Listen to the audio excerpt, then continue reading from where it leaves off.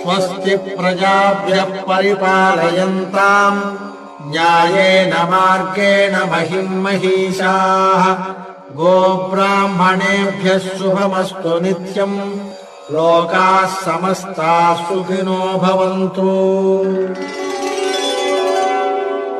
काले वर्षतु पर्जन्यः पृथिवी सस्यशालिनी देशोऽयम् क्षोभरहितो ब्राह्मणाः सन्तु निर्भयाः अपुत्राः पुत्रिणः सन्तु पुत्रिणः सन्तु पौत्रिणः अधनाः सधनाः सन्तु जीवन्तु शरदाम् शतम्।